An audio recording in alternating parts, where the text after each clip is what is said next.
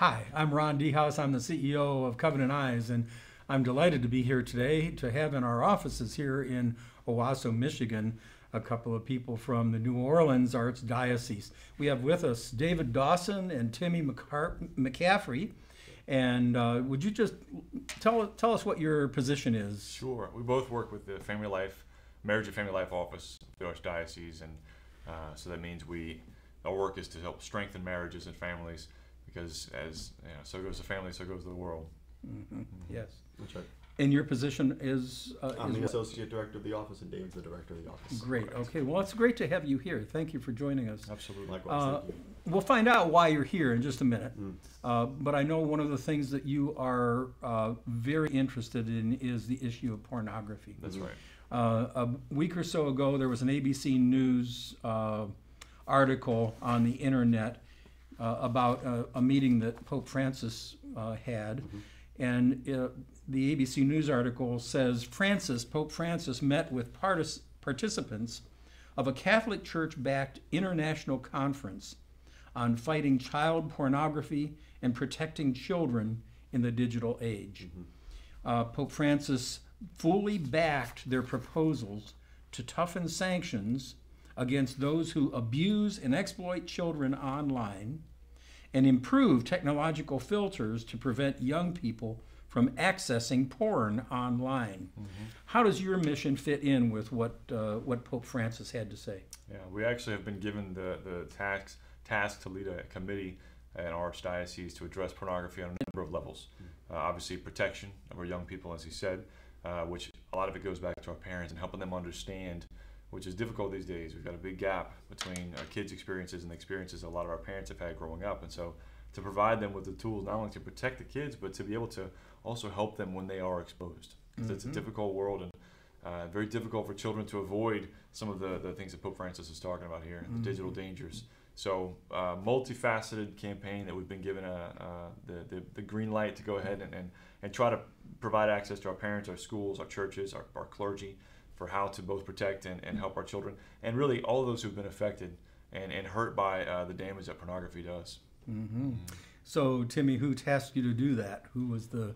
Our Archbishop, straight up, he, I guess about a year and a half ago, maybe a little more than a year and a half ago now, he had a few experiences where individual priests or parents and different people had brought the issue of pornography to him, particularly as it affects young people, but not only that, and their admission of feeling powerless in how to address that. And he admits that likewise he felt powerless, and kind of in prayer and discernment realized that we need to do something, and that we don't all know what that is exactly as individuals, but we have some resources, some good people that we can get together and begin a conversation. So he formed this committee, and we're both on that committee. So he's got the desire to locally in New Orleans give something to the faithful, to the people that are kind of under his care. And his name is? Archbishop Gregory Aymond. Aymond. Yeah, Archbishop Aymond. So he has taken this on as a personal campaign. Yes. That he wants to battle this.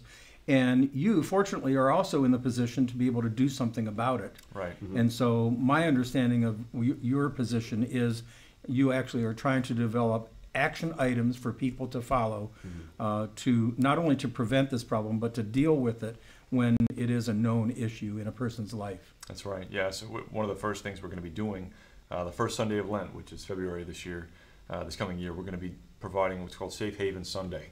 And with the help of Covenant Eyes, we're actually going to be providing materials and very direct action items for parents to help them understand the issue and how their kids are at risk.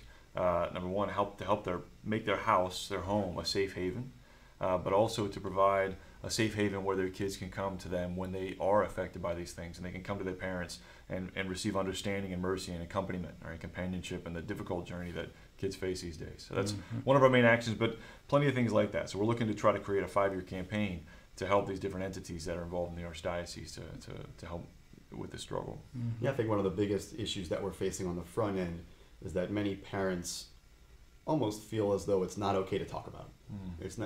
They are powerless. They may have their own guilt and shame kind of issues going on in the background, but at the end of the day, they just don't know that it's okay to talk about it with their kids. And so I think a number of our initial points and a number of our initial objectives are just to let parents, teachers, priests know that it's okay to talk about it. kids are talking about it. They're entrenched in it if they're not talking about it. So it's okay to talk about it, and I think Safe Haven Sunday is going to give them the tools, at least the beginning of having access to those tools that they need. How do I have this conversation at all amongst spouses, with our children, and with friends, and anywhere in the public at all? How do we talk about this conversation? How do we have the conversation? So what brought you here to Covenant Eyes to begin with today? Well, we were in contact with Ryan Foley, who works closely with USCCB, but also here with Covenant Eyes, and just understanding how the beautiful mission of Covenant Eyes, not only to provide protection and accountability, but also education and resourcing for the sake of what's happening in the home. And so the more we learned about the mission of Covenant Eyes, of really providing for changes of behavior and for healing in families, and the more we realized, like, this is a beautiful, I think, providential potential partnership that could bring us the ability to work together and to learn from one another for how the Catholic Church can take advantage of the resources that exist, but also how the Catholic Church could also inform some of the approaches for how education could best work and take advantage of the structures that already exist. So, so far, what we've seen, what we've experienced with Covenant Eyes has been just an absolute gift, and I mean, it's given us so much hope as to what's already been happening, but what's also possible. Well, yeah, I want you to know that you guys are an answer to prayer as well for us here at Covenant Eyes, because you have at the top Archbishop Aymond, and then you are in the place to actually do something about it as the champions of this effort, and that really is what we need. We need the people who are in authority to say, yes, we need to do something about it, but then to have a champion in place, whether it be the Catholic Church or a Protestant church or even a synagogue or whatever. You need that authority and then a champion to actually fulfill the actions that need to be taken. Right. And so you really are an answer to prayer in that regard, and I hope you convey to Archbishop Aymond that it really is a long-standing goal of Covenant Eyes to really change culture and to save the people we can, and also to be good partners, good and faithful partners, and that's an essential thing. Now, one thing that you talked about before we had this Facebook Live, we use the word accountability, and I heard the word accompaniment, which I've heard before, but it registered today as we were talking about it, that really, accompaniment or accountability might have a little bit of a negative connotation, like I'm lording it over you with accountability. That's not what it is at all. That's not the way we use it at all. You use the word accompaniment, and so can you tell me what you Sure. about what that word means? Yeah, I think what you're getting at, makes a lot of sense, and people hear that when we hear the word accountability and we think about an issue like pornography or something like that. We can hear it in a context that's fine and good, and we're using it appropriately. But still, in the back of our minds, a lot of times we can hear it, and it's as though someone is holding me accountable. And I think about a parent holding a child to a certain standard, or a teacher enforcing rules in a classroom, or coaches, making guys work more, or something like that. So they're holding people accountable, and it can sound negative. But what we mean when we say accountability is the word Pope Francis, more recently, the past couple of years, has used a lot for what he wants ministers in the church to be. We need to focus on accompaniment, he says. And to where the focus of accountability becomes walking with. We're standing next to someone. Sometimes we need to carry them. Sometimes we need to hold them.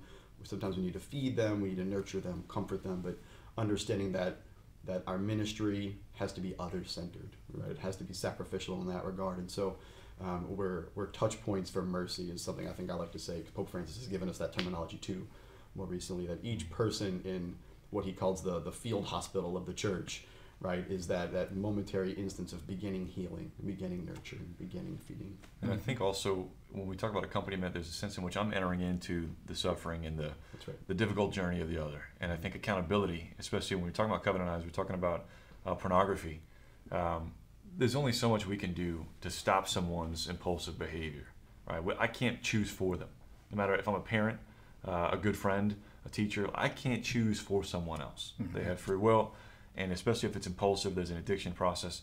But what I can do, and then what's going to make the biggest difference, is entering in to that difficult journey and knowing the pain that they're experiencing, knowing the decision-making processes that they're involved in. I'm seeing their phone activities. I'm seeing the decisions they're making with their wallet. That's accompaniment, right? And that's true, the kind of accountability that's really going to make the biggest difference. Because if I'm trying to choose for someone, at some point that's going to break down, you know. So that negative connotation will break down, but the positive accompaniment accountability, I think, is absolutely the answer. Yeah, it's the process that Christ himself used. You know, he didn't when he found out a person's sin, he didn't bash him over the head over it. Instead, he turned to them. He knew it, of course. He knew everything, just like looking at your phone. Right. You know, he knew everything. But instead of bashing them over the head with it, he said, I love you, and I will never forsake you, and I'm sorry that you had to go through that. I love you, and I will never forsake you. And he also didn't just give them a program, right? That's right. Because I think in That's ministry, right. a lot of times we're tempted to say, just turn this on, or go That's see right. this website, or go do that, and then I go about my business. That's right, yeah. You know, if there was a program, he brought them through it with him, you know, as he walked with them through it. I look forward to partnering with you as much as I possibly can. So Likewise. you have it on record, by the way. That's right. So That's right. I will follow through on that. So thank you. Thank you. And David Dawson, Timmy McCaffrey, I thank you for joining us here in Owasso, Michigan. And I thank you all for joining us on Facebook and YouTube Live. So thank you.